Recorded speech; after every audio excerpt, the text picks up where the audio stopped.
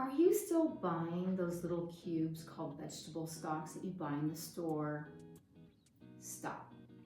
I need to grab your attention so that you understand that you can go this version of that flavorful little cube that you put in a little jar and can keep for almost ever in your refrigerator, or you can go down the route of not really knowing what's in those little cubes and you are subject to the world of unknown chemicals for many of us, or too much salt. So let me bring you into and introduce my new family member, which is the Thermomix. But if you are at home and you want to do this recipe and you don't have the bimbi, as they call it here in Italy, or the Thermomix, that's fine, because you can just blend it all together. This is, you stick it in a pot, you cook it, and then you blend it, okay? So basically, what does this recipe require? It requires a lot of vegetables, really, and a bit of some salt to keep it. The salt is a conservative. So what we're gonna do is we're gonna go ahead and put all these delicious, so it's asking for celery. Why do we like celery? Celery is a natural salty. It adds this salty touch. And I love also to add the leaves. So here it's calling for 200. And then interestingly enough, then the recipe goes into 1 carrot. Now, I don't know about you, but I've seen many different sizes of carrots, so that doesn't really tell me much. So what I'm going to do is I am actually going to start measuring what my little carrot is, if I want, and jot it down on the side of a piece of paper so that then I can update the recipe so that from now on I have my own homemade recipe with the weight scale. Weighting for me is a clear way of making sure that you can do it over and over again, roughly around the same time, same thing, and at the same time you're doing a lot less cleanup because you're not using cooking utensils that measure cups and half cups and quarter cups, or the tablespoon, the teaspoon, the quarter spoon. So this way you just, it's as easy as putting a bowl on a scale, and then you just hit the tare button, and then you keep going back to 0, and that way you've made your own homemade recipe. So this is what our grandmothers and grandfathers that cooked did, and that's what I'm gonna be here teaching you how to do. So we put the celery, it asks for 2 carrots. So we're just gonna put those 2 carrots, and I have the function here on my Thermomix where I can wait, but otherwise you use this. And then it's asking for brown onion. Well, as it turns out, I don't have brown onions, but because this is going to be a chicken stock, or a vegetable stock that's going to be full of lots of color, it doesn't really matter if it's white or red. If it were like a clear broth, then of course it would matter, because white will not color the broth, whereas in this, it doesn't really matter if it colors it. And so I'm just taking away the outer layer. And for those who know me, you know that these we put in a bowl, because then we're gonna add up all the scraps of vegetables into a bowl and then into a pot with water, and then we're going to boil it for like 30 minutes at the end of the week, and you have your own vegetable broth without having the paste. So that's another quick zero kitchen tip for you to consider. And I'm gonna go ahead and add a little bit of leeks because I have some ones that are going a little south on me, so I'm adding some leeks. The recipe doesn't call for that, but it's okay. It is asking for some, it says 1 tomato. Well, clearly this is not the same as one of those big giant tomatoes. I'm assuming they mean a big tomato, so I'm gonna go ahead and add several little tomatoes to my stock. And then it says 1 zucchini. This is a massive zucchini. No, we're not going to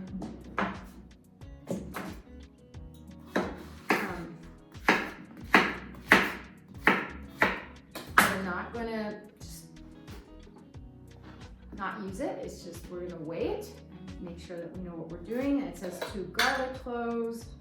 I'm just throwing a couple because I'm overdoing this recipe by a long shot, but I love this vegetable paste. And then it says for some herbs. So I have some bay leaves that I pulled out from my garden. Love having bay leaf trees, and if you don't, you can go ahead and use dry, or you can use fresh bay leaf. It's fine. It's adding a lot more flavor. It's asking for some basil. Now, it's winter time here, so basil, it's looking a little sad, but that's okay because we don't need it to decorate a beautiful mozzarella ball or some insalata caprese. We just need the flavor. So as ugly and scrunchy as this one's looking, we're sticking those leaves in there. And then it's asking for some fresh sage. So I'm gonna go ahead and get several of these. We love sage. We have a plant that's just overtaking our herb garden. And just even if you have an air fryer at home, just slightly coat them with a spray of olive oil, of your own olive oil, and then stick them in there. They become nice and crispy and you can decorate dishes with it. The kids like to pop them in their mouth like potato chips. It's amazing. And then they start getting used to this beautiful flavor of sage. Is asking for some parsley. Again, we pulled this out of our garden, putting that in there. And then finally some rosemary, which we have here. And what you do for the rosemary, for those who don't know, you just grab it in the middle and then pull to one side, and then you get all the little leaves out, which is great for like when you're doing roasted sweet potatoes in the oven. Then you start going more up until finally you have the tiny little tip, and you just break that off. And then you've got your rosemary. But I might actually do one more. You can't. Okay, well, that's enough. I'm like overdoing everything. But I just love flavor, and I love that my kids love flavor because I never quite cut the corner on flavor with them. And whenever a recipe calls for like salt, I always add a little pinch of pepper. Who says that kids can't handle a little bit of spice? But of course, you've got to get them used to it early on. Why? Because taste buds, they're the cell in our body that renew itself every 14 days. So what they can't handle yesterday, they might be able to handle tomorrow if you start just tweaking a little bit. And the same goes with garlic. Many of you have heard, if you can't do the whole garlic clove at first, do garlic powder. Just start sprinkling it on a couple of preparations, and then you can just leave the whole garlic clove and whatever thing that you're sauteing, leave it whole, and then you just squash it a little bit so that it releases its flavors. And then eventually you can actually chop up the garlic and just stick it in there, and they're gonna eat it. It's you're building that tolerance for that flavor. Of course, there are people that just don't have the enzymes and they are always going to repeat it, and we have to respect those people, and that's where leeks come in. They're super important. Leeks, it seems nobody really has an intolerance to or repeats them. So whenever you don't know what guests are coming over or family members and you want to cook something that requires a lot of garlic or a lot of onion, replace it with leeks, and it seems to usually fly under the radar. But you have all that flavor and the nutrients that are so vital for us, because we need to be consuming anything from the allium family, which are like garlic, onions, leeks, shallots, green onions, all of that family, we need to be consuming on a daily basis. So for those who repeat it, start coming to my world. Just go a little bit, small and little amounts, and slowly you'll build tolerance for it, I hope.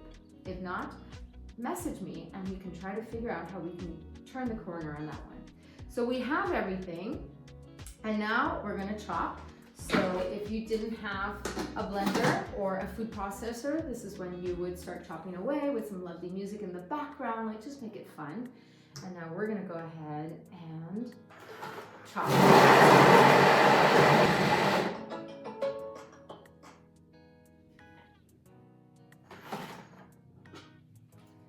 So it's asking me to scrape down, and clearly it did not get my herbs. So I'm gonna go ahead and indeed scrape those herbs down. Maybe I should have chopped them a little bit. No, but we even have some hefty noodle zucchini bits here. But I need to also bring those down. But I love, look at the paste it's making. Look at that. It's just gorgeous. That's just nutrients. It's the rainbow. It's the rainbow right there, because we did replace the white onion with the red onion. So I believe we've got that entire rainbow here. And now we're gonna go ahead and chop it some more.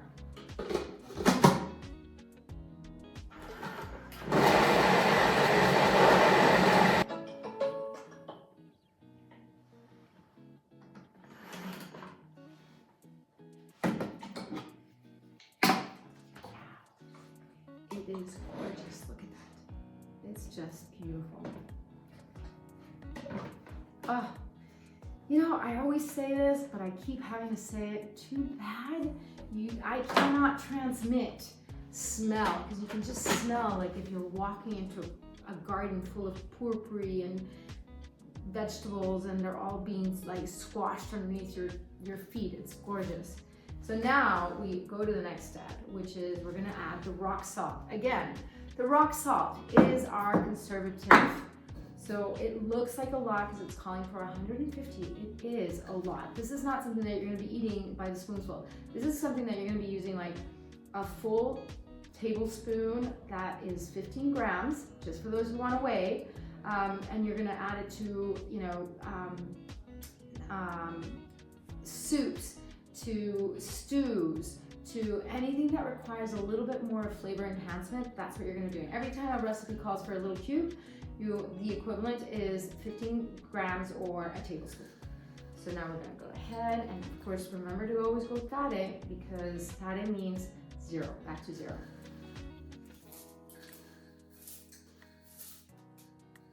Okay, so I went a little bit overboard, and that's okay because I went a little overboard with my vegetables and herbs. So I actually need a little bit more salt. And then it's asking for my olive oil, which it says only a tablespoon. So I'm gonna go ahead and ask for it to weigh, and I'm gonna do maybe like 3, so that's like 45 to 50. I'm not too scared. Done. Now we go back to the recipe, I hope. And this is when you will be pouring all of this chopped up goodness into a pot, and now you're gonna cook it for 20 minutes at 120, which would be roughly at around 6, 7. Once it's simmering, you wanna bring down the temperature, and you are ready to go. So your paste is done, and now what you want to do if you're working in a pot is pour it into a blender once it's cooled down, unless it's a glass container or like this, what I have here, which is metal, and then you just blitz it up for an entire minute to make it into a smooth paste.